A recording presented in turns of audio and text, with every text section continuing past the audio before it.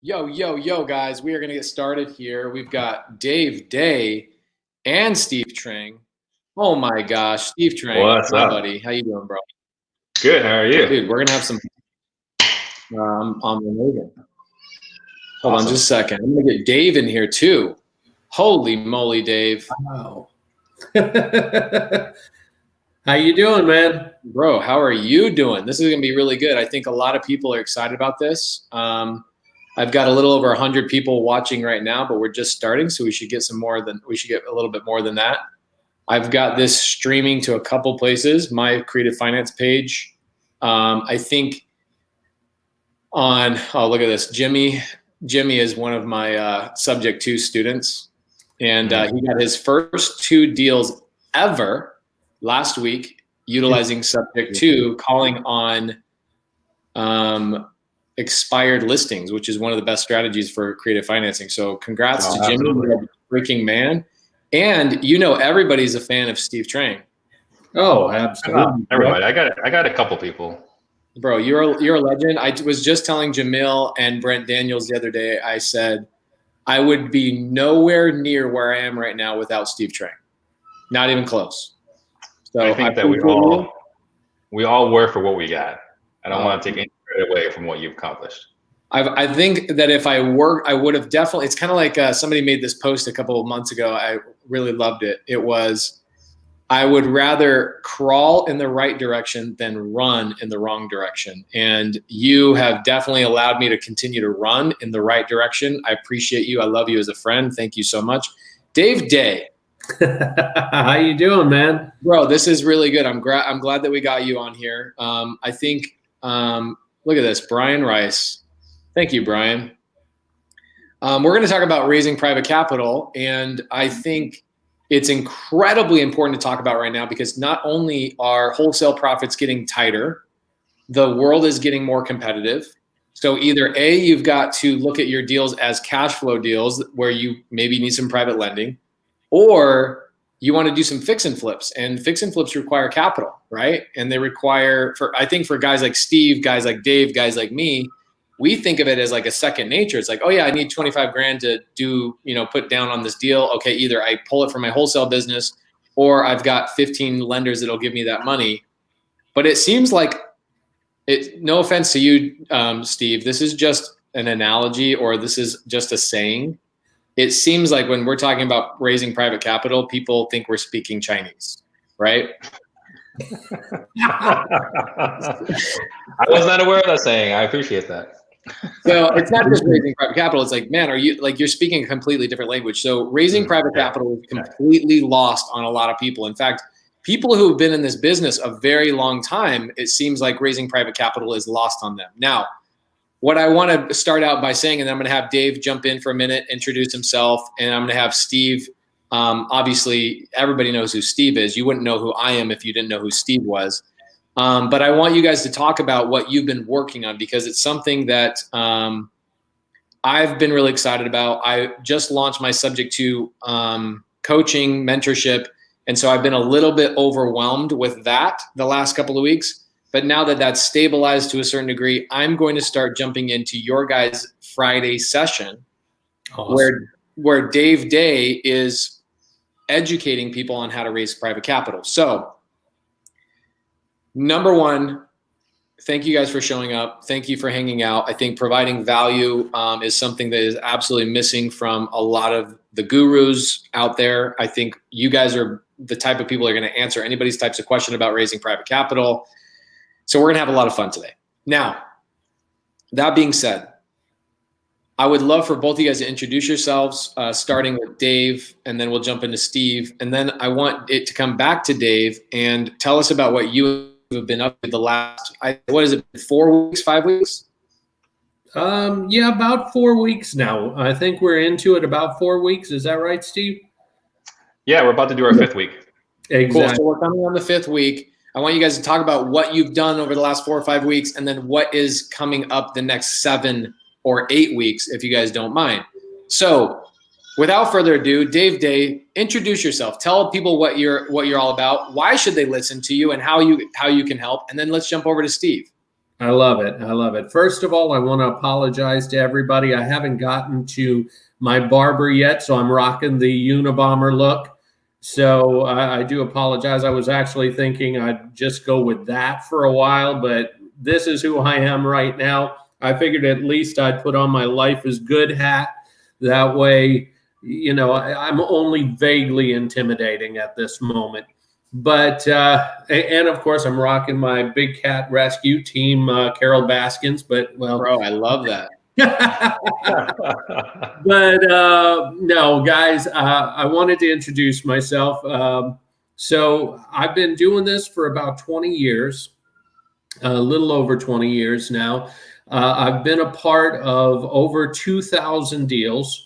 And we've done everything from single family, multifamily, commercial, industrial, developing, a little of everything. So there's not too many ways you can stump me when it comes to this business.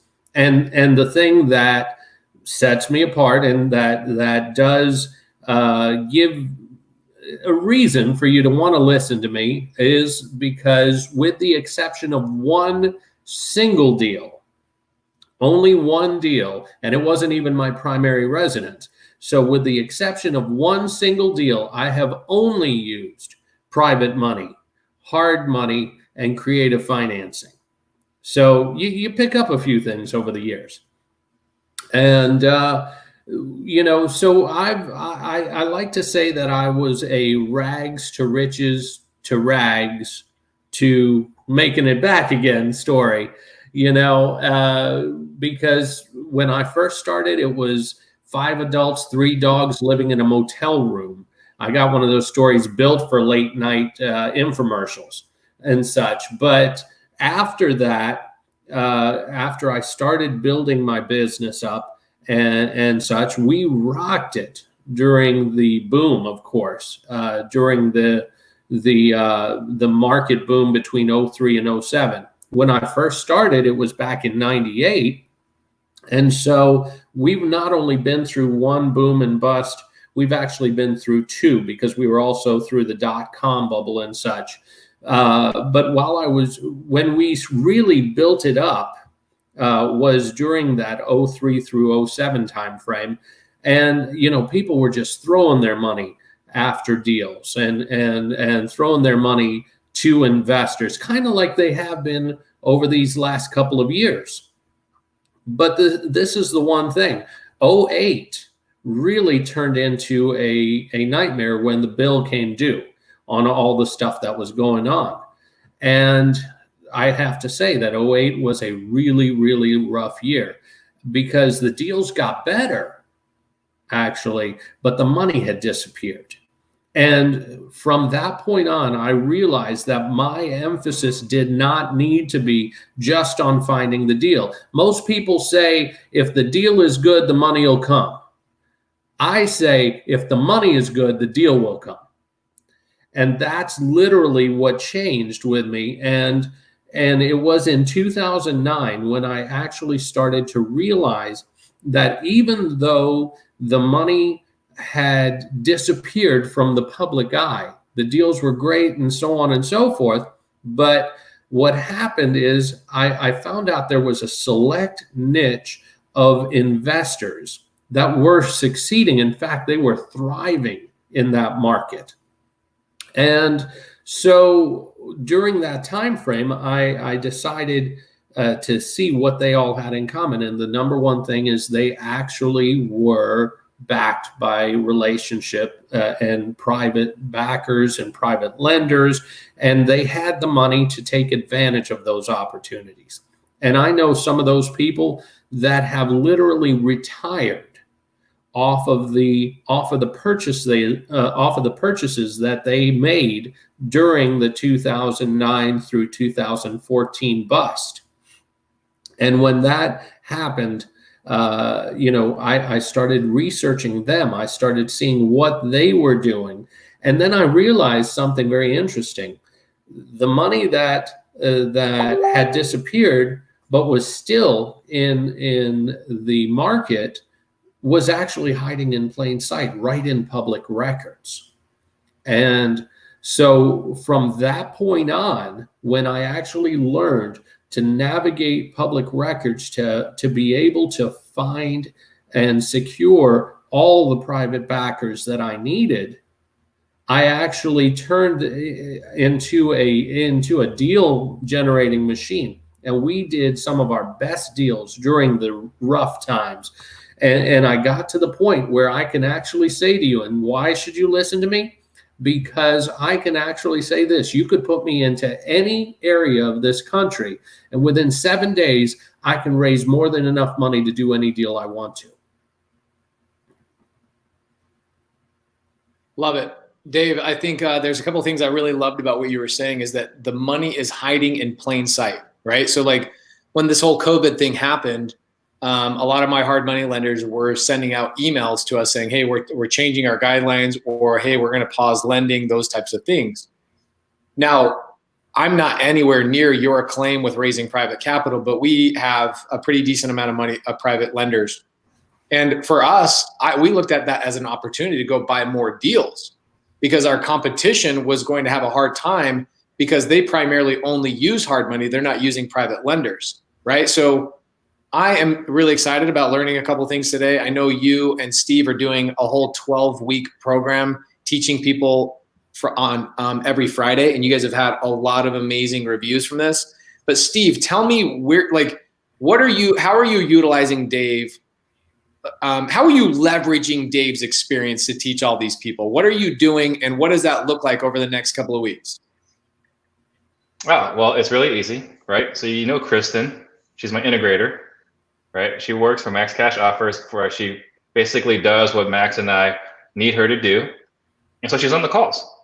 And we talk about, on Mondays, like, here are the things we need to do. And so she's already started. She's already compiled a list of lenders. And Dave talked about this on our coaching calls. Like, don't go back a year. Just pull lenders that have been lending during the hot period. So we were only pulling lenders starting April 1st. Like, if you were funding deals on April 1st, we want to know who you are. So Kristen's already started and compiled, and we have a list of lenders just from April 1st to April 2nd.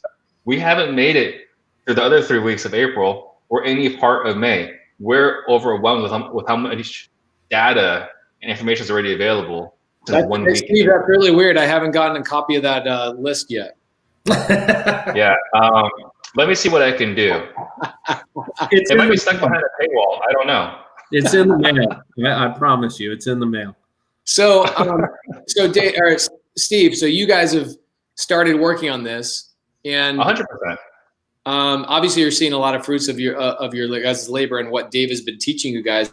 What's the format of how Dave is teaching you and the group that's currently kind of sitting around this amazing Dave campfire currently? So I said this to Dave once, and I think he just completely dismissed it. But Corey Boatwright, I'm in a group with him, and he talks about like the 5 different levels of genius, and I can't remember all of them, right? But this smart, intelligent, brilliant, genius, and then the last one's simple. And most people will be offended if you call them simple. But Dave's ideas are so stupid easy. They were like, how did I never once think about this?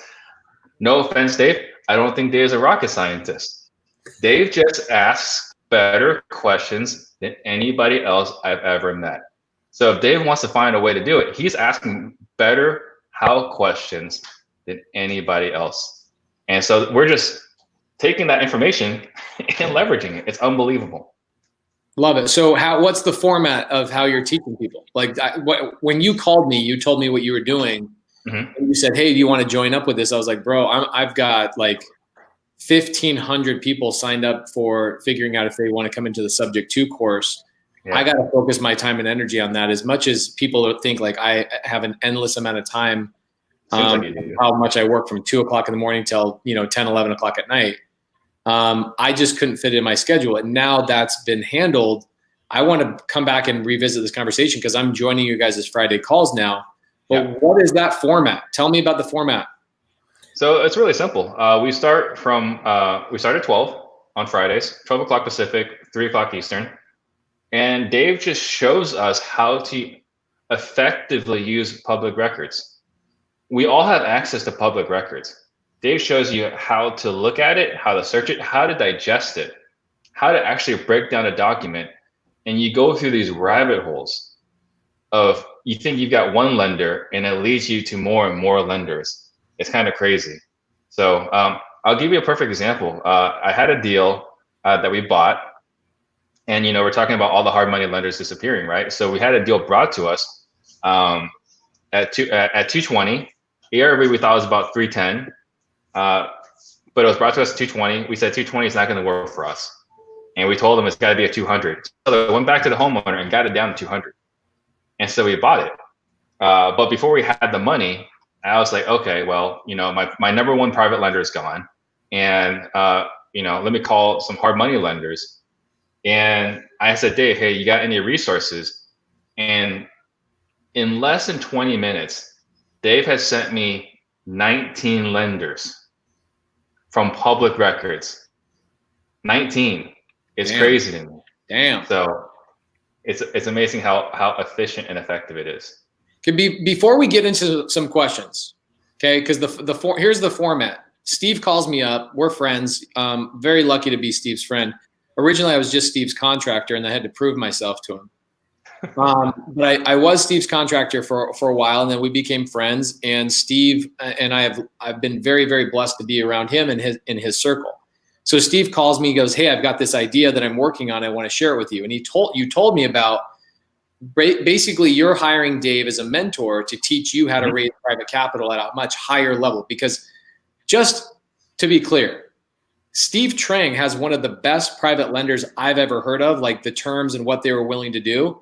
And Steve Trang still realizes that he probably only understands 10 to 30% of raising private capital as far as Dave understands it. So I didn't understand how to do it. I just had relationships, right? It's just a couple of phone calls. Got it. I don't know how to do it. But you do have private lenders at your grasp, and you didn't look at that and go, well, I have a couple private lenders. You looked at it and said, how do I widen my net? How do I find more people so that in challenging times or as the market shifts, I still have access to all this money, right? So like even before this call, my partner Cody calls me. He goes, "Hey, we have 6 flips we're closing on in June next month."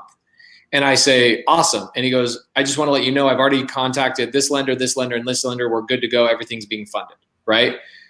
That is the ability of having private money, is that you can go out and do projects a lot of times with no money out of your pocket, right? So we're going to jump into that. But Dave, let me ask you a question before we jump into like some nitty gritty. What would you say is kind of the typical way a home flipper would go raise money? Let's say I've got $100,000 purchase price. I've got to go get a lender that has a typical, funding situation with 10, 20% down, maybe some points. Where does the remaining money come from for most flippers? And then what about construction? How are people paying for all this without private money? What is a typical investor doing that does not have access to private money? Let's walk through that process with them. Sure. And in fact, the funny thing about it is that is the way that most people are zigging while we zag. So most people, first of all, do exactly what you just said. They get the deal, and then they want to they need to fund it. That's what they got to figure out next, whether it's through their hard money company. Hopefully they got approved or whatever, but they've got to come up with the down payment. They got to come up with a portion of the closing cost. Well, they'll have to come up with the closing costs, maybe a portion of the rehab money. If they were really lucky, they got one of the better hard money lenders that provided rehab money along with it, but they're still not getting off scot clean.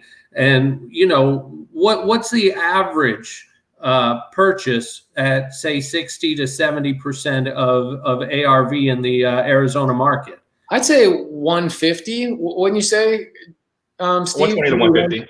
Okay, let's say 150 just for kind of round numbers. Yeah. Beautiful. So they're usually going to have to come up with at least 10% down. Exactly. Okay. So 10% down plus closing costs. Closing costs, absolutely, which range from 3 to 5 points. And then the additional cost, I always add another 10% for closing costs. Okay, so let's say we've got another. I'd say 20,000 minimum, and very likely over that. 25 to 30 is not unreasonable to have in a transaction. And okay, so you're saying total amount of money is about 25 to 30. Yes, absolutely. This is the average person.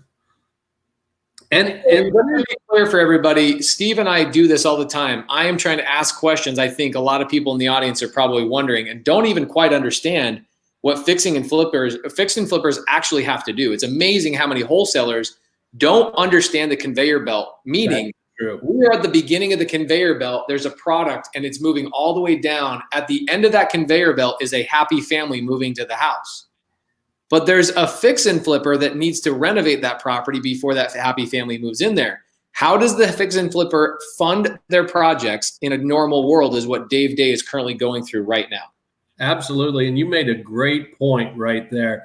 When you said, most people that are wholesaling, they do their comps and they figure that, 70%, 75, 80% of the ARV in a very hot market, but they're not seeing all the costs that the actual buyer who's going to fix it up before they bring the homeowner into it has to spend, and all the mistakes and all the contractor delays and the city getting involved and so on and so forth. There's so much involved. So the costs are absolutely, we're actually probably being conservative when we say you're going to have to bring at least 25,000 to the table.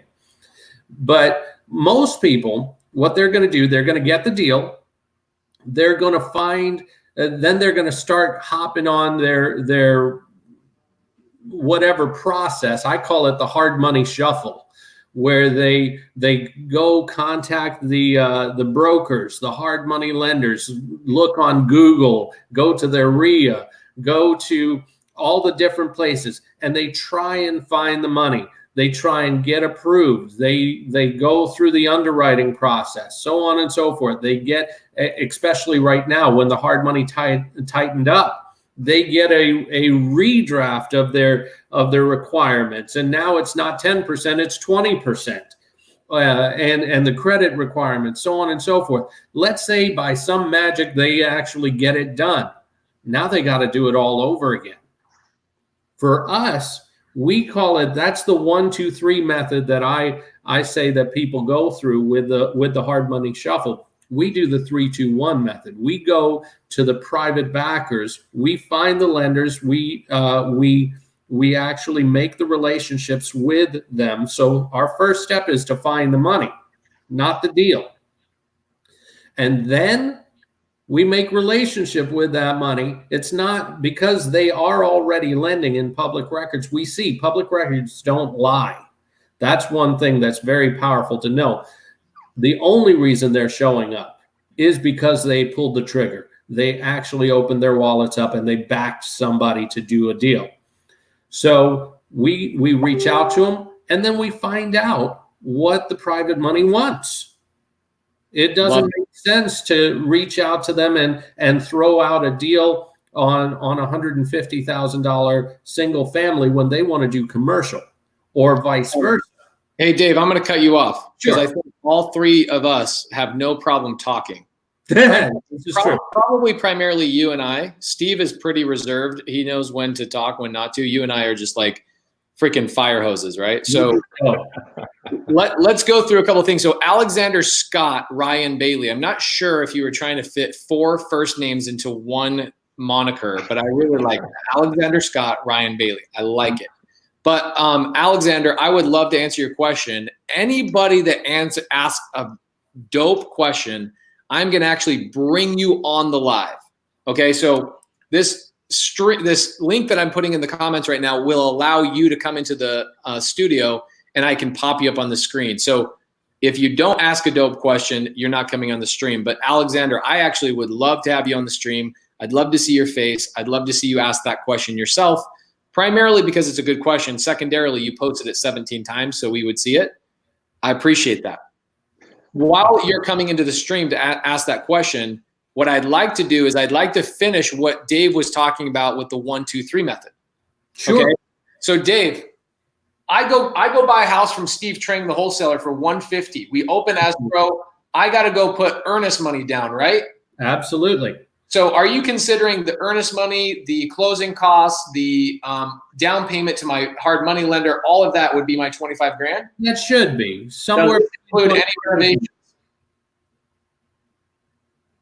Go ahead. Does this include any renovations, Dave? No, not at all. Hold on. You're telling me I got to come up with $25,000 just to freaking buy the thing? That's correct. I thought hard money lenders will fund 100% of the transaction, including closing costs, so I don't ever have to pay for anything when I buy a house. Welcome to Very reality. friendly. Welcome to reality. Hard money is considered hard for a reason. Right. So hard money, guys. So that's what I wanted to get to. I wanted to drop a little nugget there for people who don't fix and flip. You don't realize that when you go get to a hard money lender, the hard money lender is going to ask you for a down payment of 10 to 20%. Plus you're gonna have one of my hard money lenders makes me pay for 2 months of interest up front. Sure. Okay. I like their terms, so I'm willing to do it.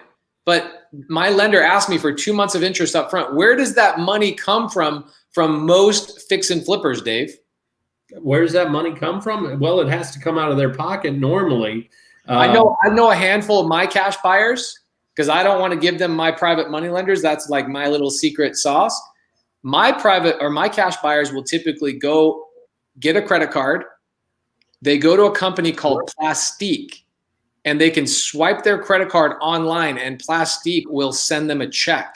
They can then cash that check and utilize that as cash. So I actually have a lot of people that will utilize credit cards in that way because they don't have access to private capital or they don't have access to their own money.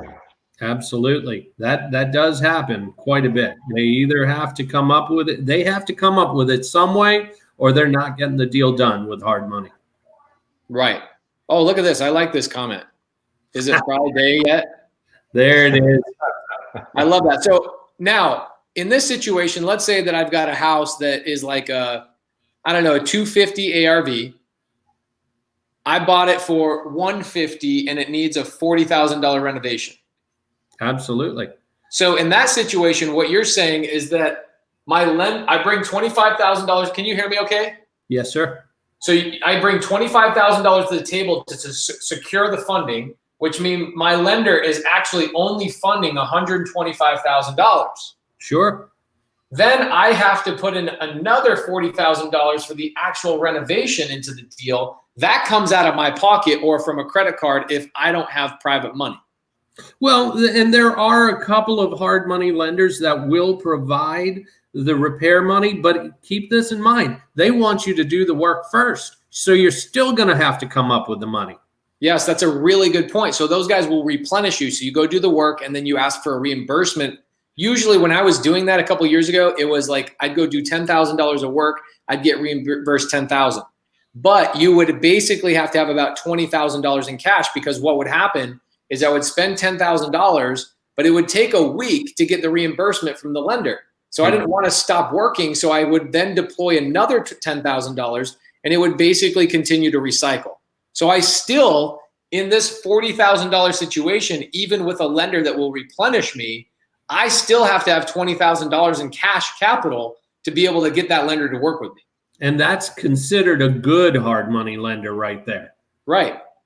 So people who are wholesalers have no freaking clue how this works. And so what they think, Desiree, she says, where should we start? Desiree, I know that's such a great question. You know where you should start? Watching this stream, because we're going to help you out. That's right. Okay. And Alexander, I see you in the studio down below us. He's like, oh, his wife is coming in and saying, hey, I can see him. His wife is coming in and talking to him. And he's like, hold on, sweetheart. This guy's going to pull me on the live any second. He's down there in the studio. So Desiree, we're going to help you out. We're going to give you some steps. Right now, we're just having some fun, setting some groundwork, talking about why this is so important for you guys to understand, because a typical fix and flipper goes through hell to go and fix and flip. Okay, so there's a lot of seminars that are out there teaching you how to fix and flip with no money out of your pocket. What they're teaching you to go do are things that are very different than what you're going to learn from Dave and from Steve. Okay, very different. Go get credit cards or go take a loan against your 401k. And while all of those work, there are better ways to do this that you don't have to stress your freaking self out over so much. And then also, as you scale and you really want to go invest, for me, I use all my private money to build my rental portfolio. So if you want to build your rental portfolio, how can you do it if you don't have any money? We're going to talk about all this stuff here shortly. We're just right now laying down the foundation. As I talk about, I'm laying the runway so we can take off, okay? Real quick, I'm going to add a random person to the studio. Hopefully you guys don't mind random questions. Yeah. Alexander Ryan Bailey, boom, boom, boom. Please tell me how many names you currently have. Alexander's my first name. Scott's my middle name. I just threw it up there on Facebook.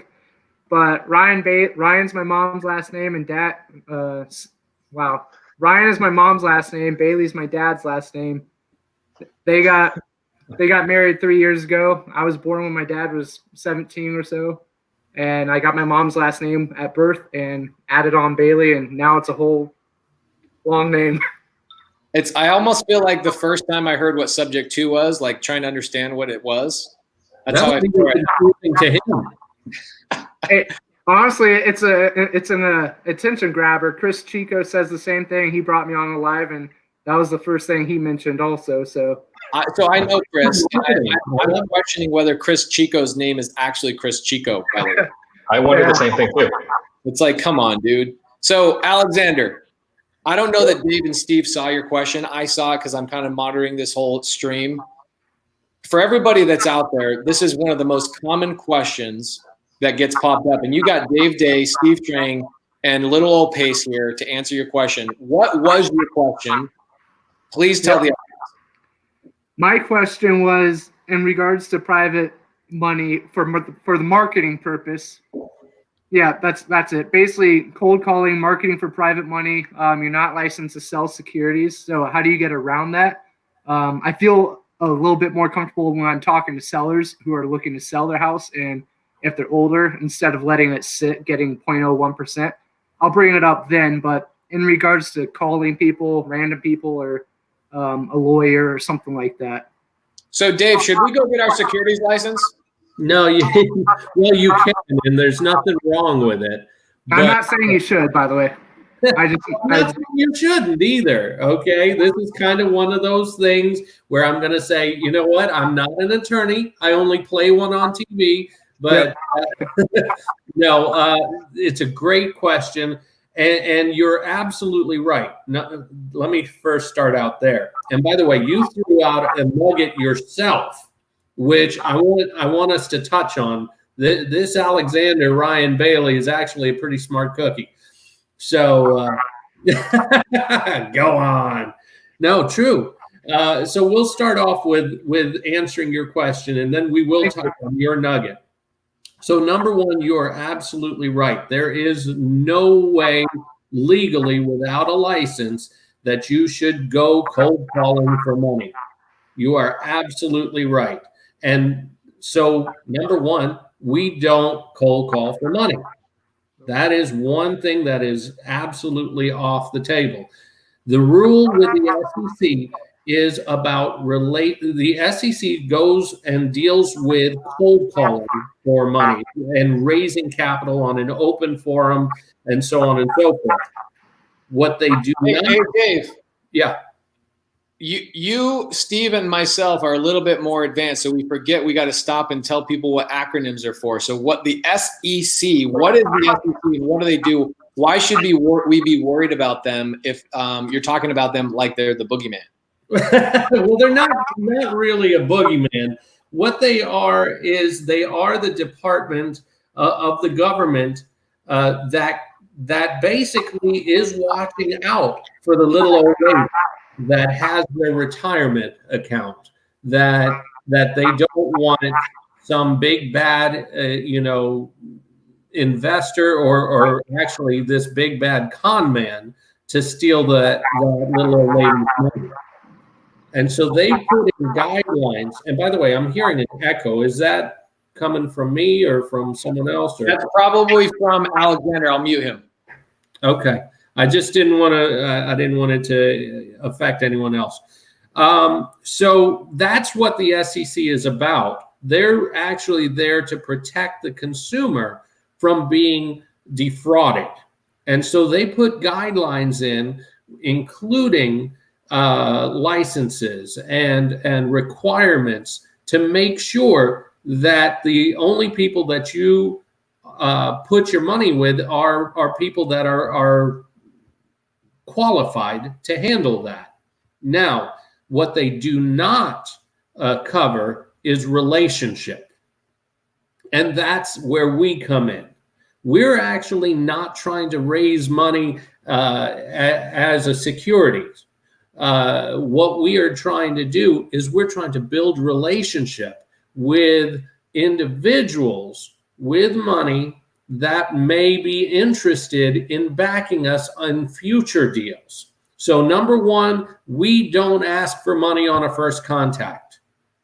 That is for So what you're saying is we don't ask for a kiss on the first date? Exactly. I call it first date-itis. You knocked it out right there. I got a problem with that, dude. Ask my wife, guaranteed.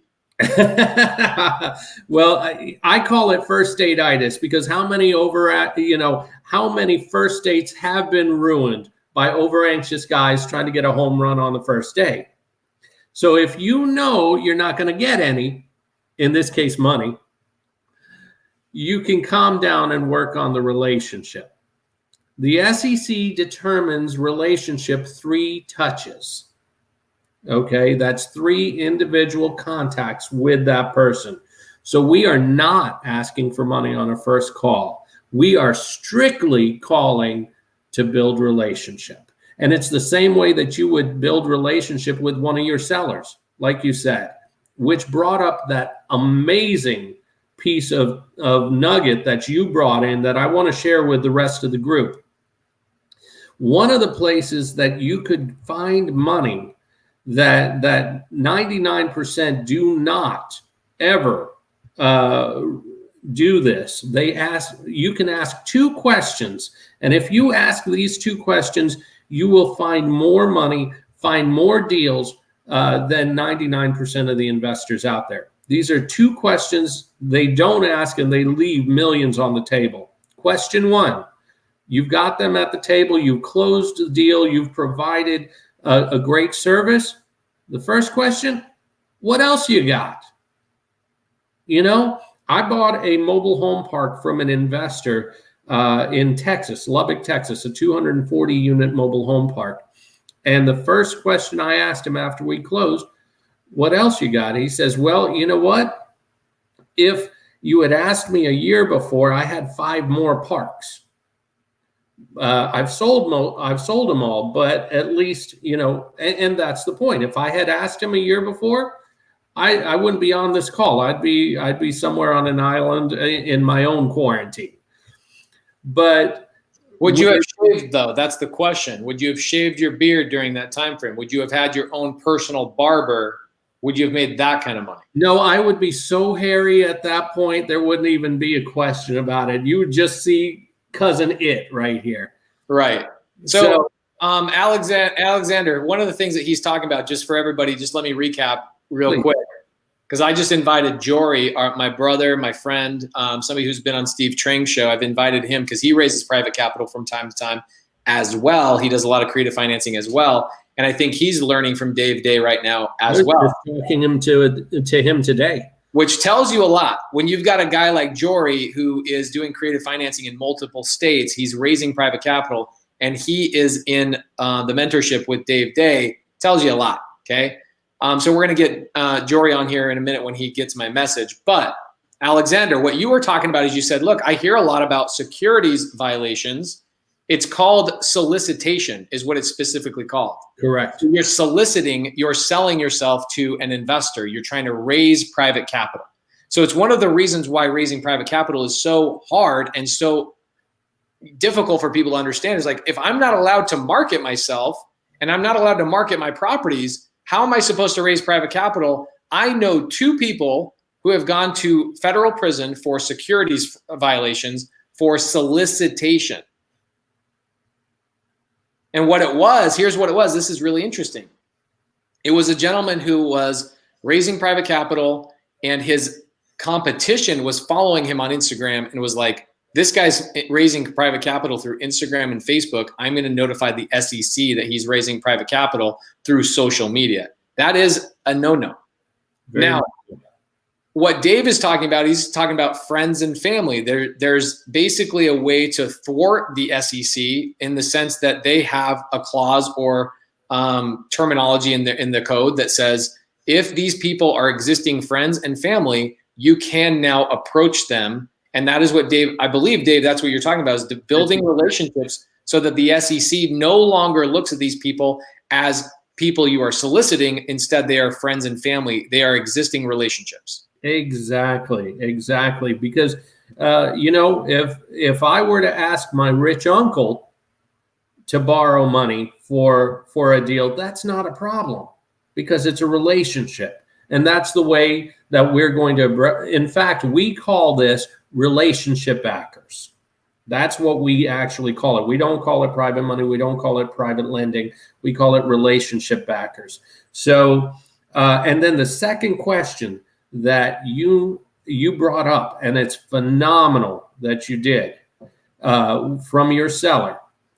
And that first one was, what else you got? The second one, what are you going to do with all that money that you just received? Guys, the job of raising relationship backers and raising capital is 100% about credibility. And you will never be at a higher credibility point than you are right now with that seller. You actually gave him money. You actually made him money. You proved yourself a doer. You have great taste in property since you bought theirs. You ask them that question, what are you going to do with all that money? And guess what? I have converted more sellers into relationship backers than I can even share. That is a phenomenal piece of information that you gave. We'll have you on our call one of these times. It sounds like you'd be a good person to interview. Alexander, you're the man. We appreciate the question. Do you feel like you got a good answer? Awesome. All right, brother. Appreciate you. So, guys, there's a question on the screen right now. It says, how do we learn more about these Friday sessions? So, guys, I am going to personally be in the Friday sessions from now on. So come join me. Come hang out. The link for the Friday sessions, I'm posting it right now here in the comments. I've posted a couple times. It basically, what it does is it's a link that if you guys end up going into the session, Steve Trang has to buy me sushi. That's what this link's all about. Okay, so it's a way to track Steve having to buy me either sushis or orange monsters. Either one is fine with me. Okay, you get that, dude. I found the sushi in Chandler. I think it's like 2 days old. It's fantastic. Oh, dude, I'll eat it. So Angel, this is really interesting. So Angel, he's a good supporter of the show. Really appreciate you, Angel. Thank you so much for the question. He says, just knowing that we can't post online for private money is priceless. In fact, I've seen some of my good friends post on social media, yes, hey, looking for private capital. I'm like, no, do not do that. Do not do that. Now, Dave, is there a better way of doing that? Is there maybe something where I can go, hey, looking for people to partner up with on real estate transactions would probably be a better way of doing that? My personal preference is if you're going to post anything on on a social media or on a open forum like Facebook and Instagram, I would make it educational. Forget about trying to raise money. Educational. So I would say something like, if you would like to learn about how to earn blank, earn a great return secured by quality real estate, PM me or whatever you want to say in there. But by doing, by offering education and making it an educational post, you stay clear.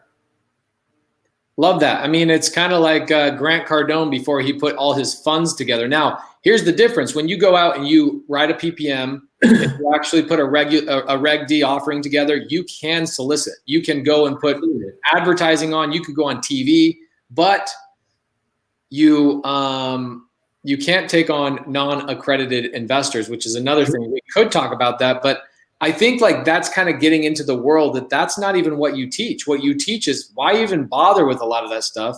I'll teach you how to utilize public records, make this super easy. I mean, you guys see everything that Steve Trang does is bringing high level of value. He's bringing Dave to the table to teach you guys the basic fundamentals of doing this the easy man's way. Alexander S. Lloyd says PPM. It stands for, it's an acronym. Sorry for you called me out on one of my own rules. My own rules, if I ever say an acronym, I have to say what it means. Private Placement Memorandum. What that is a very expensive document. Typically, you hire a securities attorney, somebody who is specialized in raising capital, maybe mergers and acquisitions, those types of things. They write a PPM so that you can go out and then raise capital. What a PPM does is it basically tells a lender, it tells a potential investor every possible way they could lose money. Absolutely. It's a CYA. That's another way to say what a PPM is. It's a CYA. Cover your ass. And thank you for the question. I really appreciate it. Whenever I do something stupid, please call me out. Steve, before we give Dave any more time, because he's like me, he'll keep talking and providing major value. Steve, what's like top one or two things that you've learned from Dave in the last couple of weeks? Yeah, puts you on the spot there, Steve. So the biggest things, I would say one of the big nuggets was, and I don't know if I want to share this, just giving this to our competition, but the best places to find private money are RIAs. Because if you go to a RIA, what you got a bunch of older people ending their careers, transitioning into real estate because they finally realized that 9-to-5 job is not going to cut it for retirement, and they're kind of panicking and they need to do something. So they're at the RIAs, they get that together. Here you come along as a real investor who can actually help them achieve retirement goals. So one of the best places to fish is the RIA. I think I called them silverbacks, but Yes. I mean, that right there is a huge nugget. And being a sponsor at the Arizona RIA, definitely gonna be leveraging that. Love that. Okay, so that's one nugget. Do you feel like Dave's got all sorts of stuff that he's teaching in this thing that people couldn't find on YouTube or anything like that? Could they find it on YouTube? I'm sure, on the outskirts somewhere. If you spend enough time on YouTube, you'll find it. I've tried. I was like, I'm going to try and learn what Dave's doing without actually hanging out with Dave. Can't do it. So I think what Dave's doing is just public records, some of the public record stuff, the way that you guys are talking about wormholing and doing all this stuff, that's not out there. You guys are teaching stuff that other people, it's just not. Yeah, it's hiding in plain sight and learning how to leverage it. It's really amazing. So I think some of the other things I've learned, I'm just surprised at how much I learn each and every time. I'm a student of this, and I'm always learning as much as I can, right? Even if I don't know it yet, I'm always out there trying to gain knowledge. And the fact that I'm on these calls and I'm like shaking my head, like what? How did I not know this already? Right. So there's got to be at least 2 or 3 huge nuggets on each of those that we've had. We had with 2 weeks ago. We're talking about how to build your IRA through wholesaling, where you're making a crap load of money without ever having to pay tax. I mean, can you imagine building rental portfolio, $1 million that you'll never have to pay tax on? We're not talking about tax deferred. We're talking never. Right. How much would that benefit somebody? It's nuts. Right. So I've got a good question on the screen. I'd like to answer it, and then we're going to go back to Dave. What does the avatar look like for someone who is okay doing long-term cheap money, 4 to 6% other than sellers? So guys, here's the avatar of the majority of my private lenders. I'm going to give you 3 of them.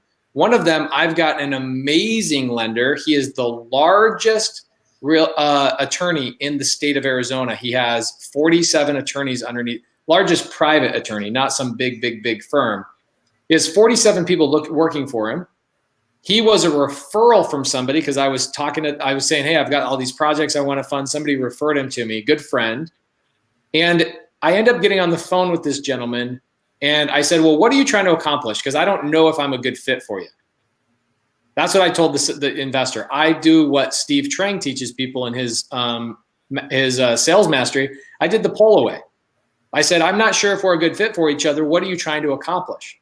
And he goes, Pace, at my age and how much money I have, I am no longer looking to get rich. I am looking to stay rich. All I care about is making 6 to 8% interest. I don't care if I'm in first position or second position. As long as it's a good deal, let me know. And I don't ever want to meet with you. I don't ever want to deal with the paperwork. Have your people do it, and I'll have somebody in my office sign off on it, and we'll lend money. And then within 2 weeks, we had close to $1 million of his money spread over multiple deals. Some in first position, some in second position. In fact, Steve Trang's title company is the one that did all the work on it, which was great. So, Steve, do not look up my records and take my number. Okay, I was actually thinking about sending a message to Kristen right after this call. You should. So that's one avatar. Another avatar is on the very, very tail ends. I think the other avatar, the one in the middle, is the silverback, the person that's kind of like, you know what, I don't want to hustle for these deals anymore. I want to make passive income. But think about this. I actually have a private lender that Steve Trang and I run with. He's a personal friend. He works a 9-to-5 job. He loves real estate, but he doesn't have the time to invest. So he came to me because he sees me doing deals, and he said, what would it take for me to invest? I said, look, I'm only taking on people that are 6 to 8%, and they're willing to go in second position on deals that I buy subject to, or even on seller finance. And he says, dude, my money's making 0 return for me right now in my retirement account. 6% sounds like a grand slam home run. So you have to remember, this is one of the big rules I tell my students. Never put your brain in the other person's head. Don't take your experiences and don't take what you're currently going through, because guys, Dave Dey, Steve Trang, Pace Morby, Jory is coming on here right now. Check this out. Here we got freaking best hair in the game. Jory. My brother, man. Jory, this is what we were just talking about. We were talking about the avatar of lenders, okay? Like a lender that's willing to go in, doesn't matter first or second position, 6 to 10%, somewhere in that time frame, somewhere in that place. What does that avatar look like? And I was talking about, just because I would never take an 8% return on my doesn't mean I should think nobody else would, right? Because Jory, you're a full-time real estate investor, highly respected in the game. I appreciate your time and the love you've given to our community here in my creative financing group. But if you were to assume everybody in the world wants a return the way you want a return, you would never find a real estate investor, right? You would never find somebody who would private money you, right? Oh, no, never. I mean, I'd never be able to find anybody who would be able to be a private lender for me, right? Because the returns I want are way, way better than what the average person wants, you know? But I found out the average person's return isn't as much as we all think, right? Like, we want these huge returns, but some people are happy with, 3, 4, 1, 2%. You never know. Hey, one question I'm going to ask Jory, and then we're going to jump over to Dave. I'm going to jump on Max's question first. Steve, what are you doing drinking at 1 o'clock in the afternoon, bro? I got to get loose for the call. It's 5 o'clock somewhere.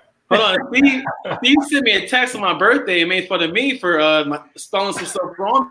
It's only 1 o'clock, Steve. So, Jory, you're learning from Dave right now, right? Yeah, Dave is a treasure of knowledge, man. He's been helping me out a ton. Bro, that almost gives me chills to think about this, because I respect you in the game a lot. You're a doer, and I appreciate watching you. You've got this amazing podcast. Tell people what the name of your podcast is. Shut Up and Invest. Damn. Shut up. You insist, bro, if you insist. So the podcast is Shut Up and Invest. Joey is doing business. His main exit strategy is or seller financing, sometimes on agreement for sales. Sometimes you guys will wrap. But you guys raise private capital, do what you're doing, and you've been successful at raising private capital, but still you decided I need to learn from Dave Dey to elevate my game. So Jory, my question to you is, what do you feel like you've taken away primarily in the last 3 to 5 weeks working with Dave Dey and Steve Trang? Got it. And not just Dave and Steve, which I do respect them a lot, but I was watching Pace's show at a notary closing the deal right now, and Pace saw me comment and sent me a text and said, hop on, So like, I'm always just consuming as much knowledge as I can throughout the day, all day long, right? Like when I'm running, there's some kind of data or something on in the background, So, I've been in the thing with Dave and Steve for a little bit, and the first call I had with Dave, no lie, he probably made me $200,000, right? He gave me one tip that probably made me $200,000, right? He told me, first of all, he told me to ask every seller when we close, what are they going to do with that money that we just gave them, right? Because they may want to be a private lender for us. So we used that on a seller. And he also showed me how to use substitution of collateral, right? Which it's a very deep concept I won't go into right now. But he had a call with me and told me about substitution collateral. And the next day I was able to use that. I'm planning on buying an airplane at some point in the future. That's the new name of my airplane, substitution collateral. But no lie, the next day I was able to use that to lock up a deal that we're buying instead of financing, going to pay off early and have 0% interest for another probably 20, 25 years, right? So, I mean, and I do it like Pace says, I do this stuff all day long. I'm doing deals every day. We're doing creative financing. But Dave, I don't know it all, man. And Dave and Steve's group has allowed me to be able to find private lenders, because right now we all have our private money guys, but we're sitting here like we need more, right? Because the banks and the hard money guys are gone, right? The hedge funds are gone. The hard money guys are gone. So I'm on a mission now to raise more private capital because we know what's coming down the pipeline. And he's given us some really, really amazing tools to be able to do that. Hey, Jory, you've got a question on the screen that could probably help you raise some capital. Definitely, yeah. I got some shirts. I'll send those out. We'll put them in Pace's group and give Pace a little 10%. Guys, go follow Jory. I love Jory. He was one of my favorite guests on Steve Trang's show in the last year and a half. Absolutely treasurable. Like the knowledge he dropped on Steve Trang's show, unbelievable. And then what's funny, so I hung out with Jory when he came to Phoenix. The next time I saw Jory was when we were cold calling a seller. Seller says, come on. We were in freaking Harrisburg, Pennsylvania. And the seller says, come on over to the house and come take a look. Let's sign a contract. I go over there and Jory is there. And he's like, bro, I already got this house under contract. And I'm like, how the hell are you in Harrisburg, Pennsylvania, bro? And then you called Steve. Remember we talked to Steve when we were out there too, which was funny. Yeah, so good. I was in there for one day. I was there for one day, and that happened. So I'm so glad we ran into each other. I can't wait till we either come out to Miami, hang out with you, or you guys come out here and hang out in Phoenix. I'll be in Phoenix middle of June. So I'll let you know. And I'll stay in Phoenix in the middle of June. We'll hang out. Don't leave. We might have to be hanging out in the pool the whole time. But so, Dave, how does this feel to be able to teach like guys that I look up to? You've got Steve Trang and you've got Jory. I look up to both of these guys. How does it feel to have the knowledge to make these guys get excited? Well, these guys, trust me, they can teach me just as much. These guys are awesome and they have so much knowledge, but we're all students of the game. So there's no worries about that. So what's coming up on Fridays? What are you guys going to learn this Friday? What am I going to learn now that I'm jumping in to the class and I get to hang out with all these cool people? What am I going to learn this week? Very cool. By the way, 2 things. You mentioned earlier the avatar, and I wanted to actually share. I have 3 in the avatar as well that fit. Those 3 are business owners, licensed professionals, and real estate professionals. That will cover 99% of all private lenders that you will find, and relationship backers. These are the people that are looking to secure their retirement. These are the people that don't have a company that is in charge of their 401k and such. They have to actually be the one that's concerned with their retirement. And so they're the ones, and they're entrepreneurs, and they know the power of real estate if they're real estate people. And that's where the RIA came in. And I'll give you one more nugget right this second on where you could find those people. If you haven't joined your local chamber of commerce, let's do it. In fact, you should probably do that today. Mm-hmm. Why? Because that's where all the business owners, licensed professionals, and real estate professionals are. Number two, there's an automatic credibility position. Chamber members take other chamber members' calls. And number three, the chamber puts on events with no other purpose but putting you in front of business owners, licensed professionals, and real estate professionals in a relationship building setting. So right there, you could get all sorts of private money just from one location. And that, I promise you, I've raised more money, again, than I can share on this call in just that one spot. So what was your question again?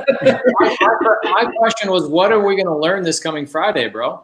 So we are actually going to talk about SEC rules. It's funny that you mentioned that. We're going to be interviewing an attorney, and she is going to be going over the basics of SEC rules and what you can and what you can't say, what you can and what you can't do. You were mentioning the PPMs and so on and so forth. We will get into it later on, but you don't build a house from the roof down. You start at the foundation and you go up. We will be actually getting into the PPMs. Damn. For anybody that's actually written a PPM, I've written two. They're not cheap. And you need to understand what you're doing before you get into them, because you can pay 2 and 3 times what they're really worth when you get connected with the wrong securities attorney. So, Jory, do me a favor. Yeah, man. What's up? Tell me the last deal you did that required private capital. Let's give the people an understanding of what that actually looks like, because people who've never raised money don't understand what we're doing here when we raise private capital. Are you putting them in first position, or are you putting them in second position? Got it. So we do both. Actually, the last deal we just did is funny. We had 2 private lenders on that same deal. So we had one guy in first and one guy in second. So we kind of split up the money. One guy did $20,000, another guy did $6,000. Right. So we had 2 private lenders on one transaction that we did. That's the one I closed on today. So we actually bought this house for $26,000 in Pennsylvania. With private money at 11%, and as is, didn't touch it. Sold it for $65,000 with 10% down on a 20-year seller financing term. We did a wrap. So we used our private money to buy it cash, and we sold it on seller financing terms. Love that. Hey, Jory, I'm gonna mess with you a little bit. I've just bought 2 houses for $30,000 in Miami. Oh man, come on, Dave. I did. How the hell do you buy something in Miami for $30,000? We actually go through all that stuff in public records. Yeah. Dave has a couple of deals up the street we got to talk about. We got to go have lunch as soon as the world opens back up, Dave. I got to get that information from you. But hey, send me a text on the Hey, Jory, we appreciate you jumping in. Everybody, go follow Jory. We appreciate you. We love you. Look forward to seeing you hopefully in June. Are you bringing the wife and kids out, or what are you guys doing? Just the wife. I've been locked up with these kids for how many months now? I'm getting away. Bro, let's go on a double date. If Steve wants to, we can go on a triple date, but let's hang out with the wives, okay? Definitely. All right, guys. See you, Steve. See you guys later on today. Thank you. Yeah. Sorry, guys. I don't think you guys were expecting to pop Jory in here for a little bit. Jory's been learning from you, so I think that was good. Absolutely. That's just the cream to the top. Love it. So I had a couple of people ask, how do they find out? By the way, I put Jory's Instagram on there so you guys know his Instagram. Good friend, awesome guy. Go watch his Steve Trang interview. Somebody also asked, let's see, where was that? How do we find out more about the Friday class? I just sent the link. It's on the side. Go take a look at it. Maurice Grant. Maurice is one of my favorite students. He's in my Subject 2 course. Super amazing guy. He's over in New Jersey. Let's answer this question for him, Dave. I love it. So he's asking, when you borrow from your private money guy, are you paying them back monthly or in a lump sum? And the answer is yes. The answer is it could be either. It could be either. You know, the cool thing about it is that you are a contract, which, by the way, when you're dealing with a private backer, with a relationship backer, it's all about contract. And there's only two things that you're limited by in a contract. Number one, it's got to be legal and ethical. And number two, the only other limit is your imagination. So bottom line, if you want to work it out where you pay it all back at the end of the deal, you can work that out if you've got the relationship with them. If you want to do monthly payments, say it's a cash flowing property, you can do that. If you want to actually roll it over into a line of credit that you get to use over and over and over again with one payment annually, you could do that. Any number of things can be done if you've got the relationship. So, Dave, let's give some people, actually, you know what, Steve, I'm going to pass it over to you. Steve, I've picked on you a little bit less because your internet connection's a little slow. I think it's because that big mansion you live on the hill is slowing down your internet connection. What happened? You're not as connected to the grid. I think that and the kids. So here's my question. YouTube. I understand. If you've got people in here that can't make it to Friday's call for whatever reason, what I'm learning now that I'm teaching people, which normally I was just giving out free game and helping people along the way, but now I'm realizing people really need structured plans. They need action items. What would you say to somebody that can't make it to the Friday deal? What would be a good action item to go find their first lender to talk to? I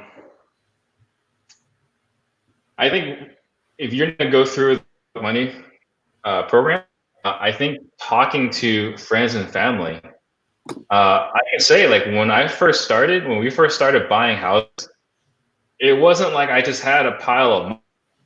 I was broke, right? I was a realtor coming out of the recession. We were buying houses in 2011. It wasn't my money. It was friends and family. My first call was to my dad. You know, I'm lucky in that regard. But then there's other friends' parents. Some of my best deals, I was doing. I was having them fund my deals. My best friend's wife's parents are the ones funding my deals. So friends and family, and it wasn't like, hey, do you have any money? It was never any of that. It was like, hey, here's what I'm doing, and it wasn't intentional. It was just, here's what I'm doing. Here are all the flips that I'm doing, and here's how much we're making. And they're like, well, how do we get in on that? It's like, well, I don't know. You know, how much do you guys have to play with? Right. And that was the conversation. All the stuff we're talking about here, I was doing that on accident, but man, it was effective. You know, I like that because I want this phrase said on my tombstone: people do business with people who do business, right? We talk a lot about, oh, people do business with who they like. Okay, that is somewhat true, but I also will do business with people I don't like as long as they are actively doing business. In fact, if you take those two people, one I like and one I don't like, but this one does business and this one doesn't, I'm choosing the guy I don't like. As long as I can trust him, even if he's a butthead and he's hard to work with, I'm choosing the person that does business because I want to spend my hours working with people who are also successful. So Desiree, your question is really, really good in the sense that you need to understand, you need to just go out and actively talk about it. So usually your passion for real estate will drive your family to want to understand what you're doing. So let's say that Desiree's question, she says, how do I position myself with people regarding private lenders? Might be your friends, might be your family, whatever. But I would just start talking about the projects that you're in the middle of. Also, before I jump back into Dave, Dey, and Steve, something that popped up earlier this morning is somebody calls me and they said, hey, I keep reading about mentorships and, you know, all this kind of stuff. Watching YouTube, reading books is all about changing your mindset. I don't know what changing my mindset means. And Steve just said something that I really, really liked about changing your mindset. So when I drive down the street and I see Bank of America, Wells Fargo, Chase, and all these banks, I never once think that they're a bank. It's the weirdest thing. It's like my mind is different than most normal human beings. I'm like, wow, that's a lot of wasted real estate space, because I don't think of them as lenders at all. I just think of them as a place I hold my money and they allow me to transfer it where I want to go. That's what I think of those companies.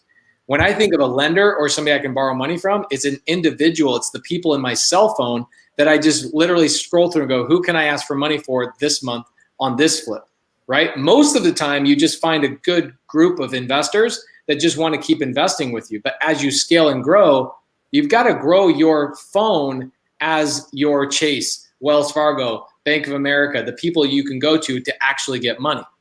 Right. So it's a mind shift. It's a change in your thinking that you think you need to go to a bank to go get money.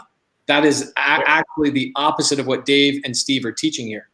And one thing I want to add to Desiree's question is when you're talking about how to position yourself, it's that inquisitive. It's, hey, Pace, I'm working on a deal. You know, we're buying it for X. We think it's going to sell for Y.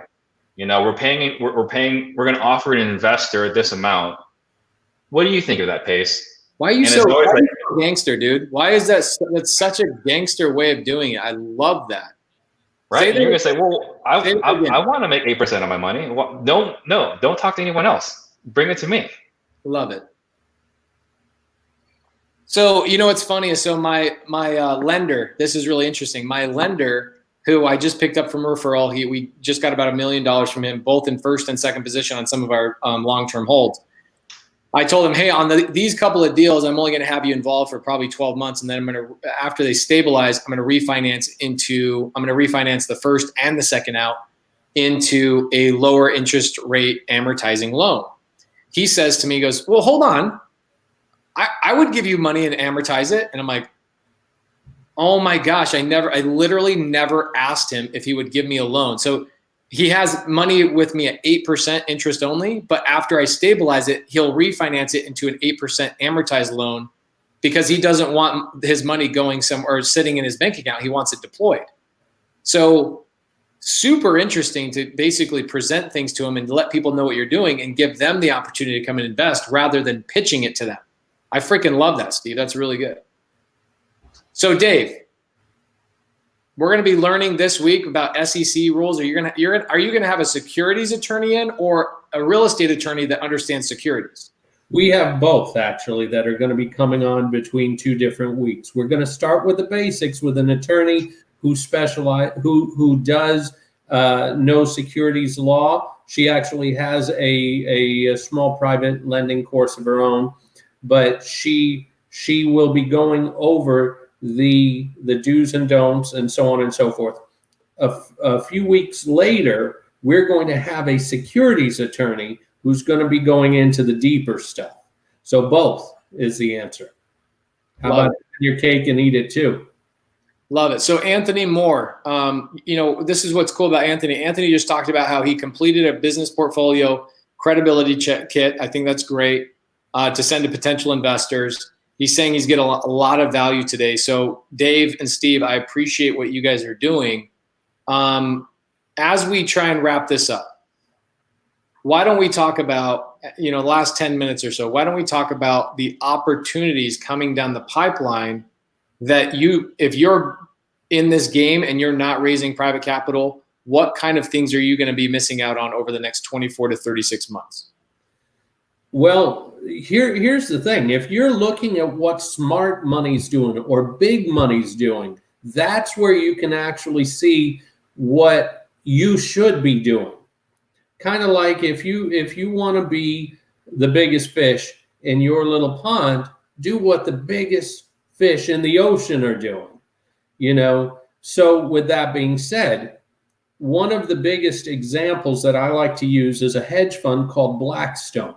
Blackstone is one of the largest buyers of single-family rentals in the property. I'm sure you guys remember back in 2011, 12, 13, and 14 when all the hedge funds were buying America. Bro, I was working for Blackstone as a contractor. I was doing all their turns. They spent $4 billion in like a 6-month time frame here in Maricopa County. It was unbelievable. There were so many people. It was unbelievable how much money they had. But yes, Blackstone, unbelievable. Well, there were a number of these hedge funds. There was Blackstone, Colony, USA Homes for Rent, et cetera, et cetera. The list goes on. I don't know if you even knew this, but back in 2013, we switched from a homeowner's market to a renter's market as the majority in the country back in 2012, 2013. It was because of all the hedge funds buying. Now, here's what makes it interesting. They were buying, and by the way, I knew the guy who actually ran the entire Blackstone fund for Florida, which was one of their highest points. It turns out I sold him his very first wholesale deal, and back when he was just beginning. And we had a conversation, and he said something that was crazy. And I'll just share this before we go to the main point. He said, I got to tell you, I'm not a conspiracy theorist by nature, but I'm working with the people behind the curtain, and they're the same people who were behind the meltdown. So it's hard for me not to believe it was orchestrated. And then he went on, and life went on. Now, here's what makes it interesting. In 2000, they made all of their acquisitions between 2011 and 12 through 14. And they just sold out all their holdings in November of 2019, 1 month before all the COVID stuff made news in December. Okay. That's scary, man. That's crazy. It really is. And you know, we can have our conspiracy theories, so on and so forth. I'm down to 4, either one. I mean, you with your beard looking like that, you definitely look exactly. Like I know my conspiracy. You know, but conspiracy theories aside, here's what I want you to realize. They literally just put themselves into a cash-rich position to do it all over again. That's what the big money's doing. There's a hedge fund out of Canada that bought over $1 billion in multifamily. They shut down all their 17 businesses about 2 months ago, and they are going to do it all over again. That's what you are going to be seeing in the next little bit. Now, I'm not trying to say that this is going to crash and this and that and so on and so forth. I'm somewhat optimistic, cautiously optimistic as to what could happen in this market. But there is going to be fallout. There can't not be fallout of some sort. And the people with the money to be able to take advantage of the situations are going to be able to generate literally generational wealth. Love it. Absolutely love it. I wanted to add to that. Warren Buffett, this past weekend, I didn't know Warren Buffett has this event every year. But once a year, he has this Super Bowl, the financial whatever event. And last weekend was the last one he just had. And he sold all stocks and all the airlines. Big deal, right? He's sitting on $137 billion cash. Like he's prepared. He's preparing for, we don't know what's going to happen. But if Warren Buffett, you know, the Oracle of Omaha, is collecting cash to get ready, why should we not follow his lead? Right. So Anthony Moore brings up a good point. How can people get a hold of you, Dave? Well, of course, here on Facebook, you can friend me. I haven't reached my 5,000 yet, so we're okay. Steve, by all means, I know we've shared Pace's sushi link, so we're good there. And by all means, get involved with us on the Friday sessions. And one thing I don't know if we've actually talked about this, and I'm going to throw something out for your people, Pace. I made a one-time offer on this way back when we first started it, and we just blew right through the bonus that I offered for the first. I think it was the first 30 people that joined. We just blew right through it in the first week or two of that time frame. But for you guys, anyone that comes through your sushi link, I will include on top of the Friday sessions, on top of the Facebook group, which we do have a Facebook group. And yes, it is a mentorship, but it feels more like a mastermind. And there's such a great culture, kind of like the one that you have going, Pace, in your group. So we have that. But I'm going to include, for anyone that joins through you, Pace, I'm going to include a one-on-one consultation that will be all about pouring into them specifically. Wow. Thank you, brother. I really appreciate you doing that. Thank you. I think everybody will appreciate that. And I think Steve was really smart putting this together. Steve called me and told me about what he was doing. And I thought, when he called, I don't know, 5-6 weeks ago, he told me, don't tell anybody. And if he didn't tell me that, I probably would have just called you up myself and said, Dave, let's create this thing. Right. He stopped me from doing it. I think it's genius. I think what you guys are doing is very, very helpful. I know. I mean, when you've got Jory and you've got other high-level people that have been raising millions of dollars that are interested in learning more, there's not a lot of people in my world that are credible in terms of raising private capital. In fact, there was a guy I learned from about 5-6 years ago. When I really dug into it, the guy hadn't raised private capital in almost 10 years. And I'm thinking, man, I want to learn from people that are actively doing the business. I am a practitioner. I am constantly practicing my business every day. I'm going on buy appointments. I'm raising capital. I'm managing my contractors. I'm doing what I'm teaching, right?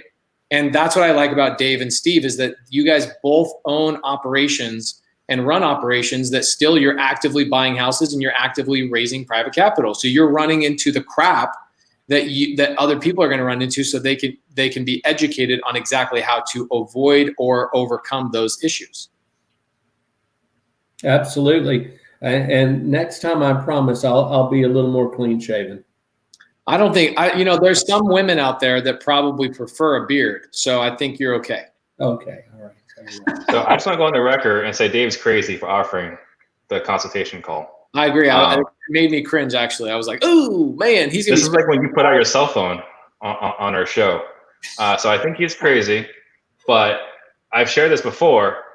I had my one-on-one conversation with Dave about 8 months ago. And off that conversation, I created a job position that now has 2 VA supporting that job position based off that conversation I had with Dave. And wow. I haven't cleared this with Max yet, but anyone that joins, we haven't put it in, but we can show you how we're finding distressed sellers records as well. People that are going to jail, people that are, so we got the prison list, we got the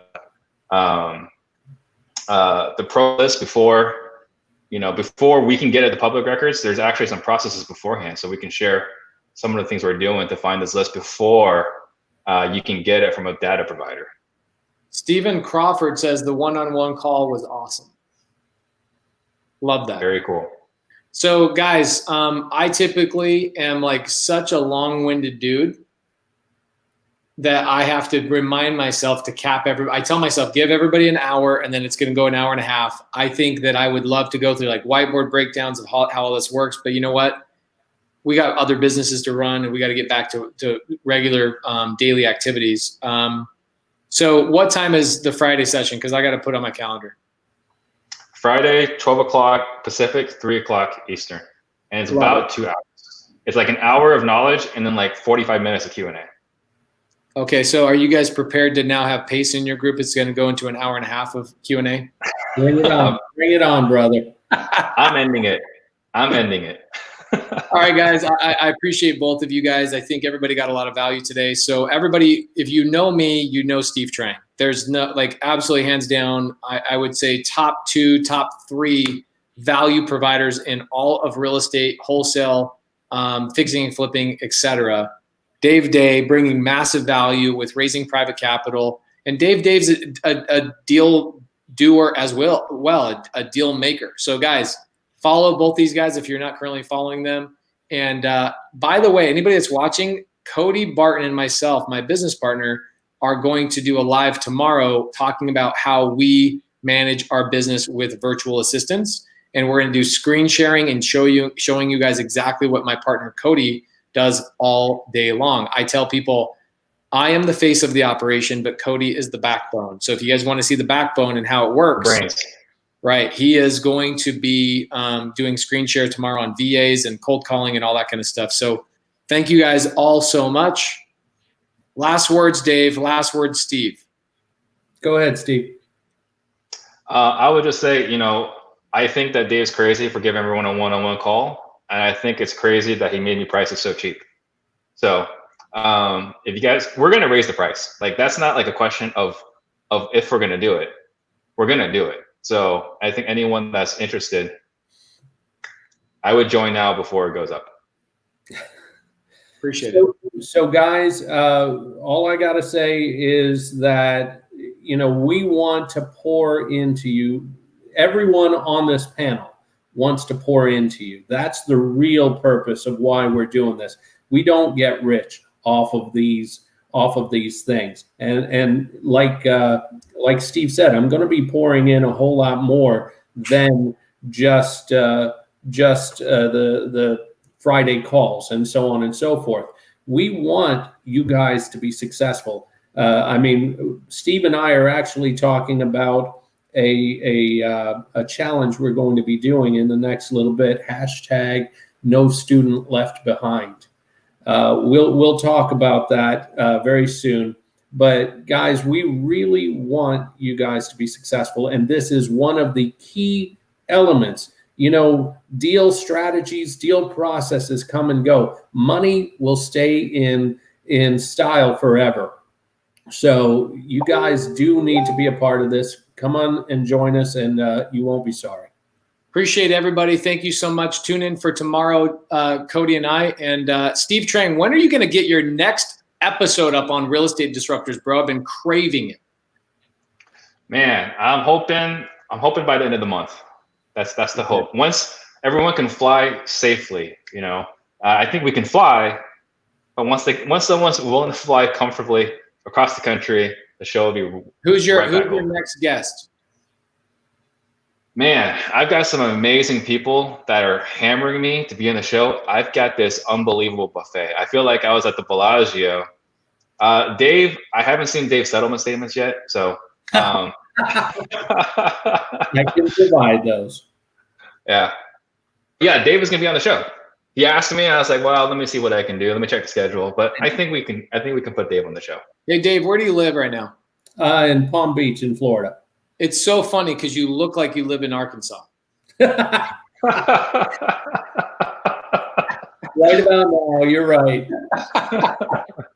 All right, guys, I appreciate you. We will talk to you soon. Thank you so much for being part of this. Thank you for having us.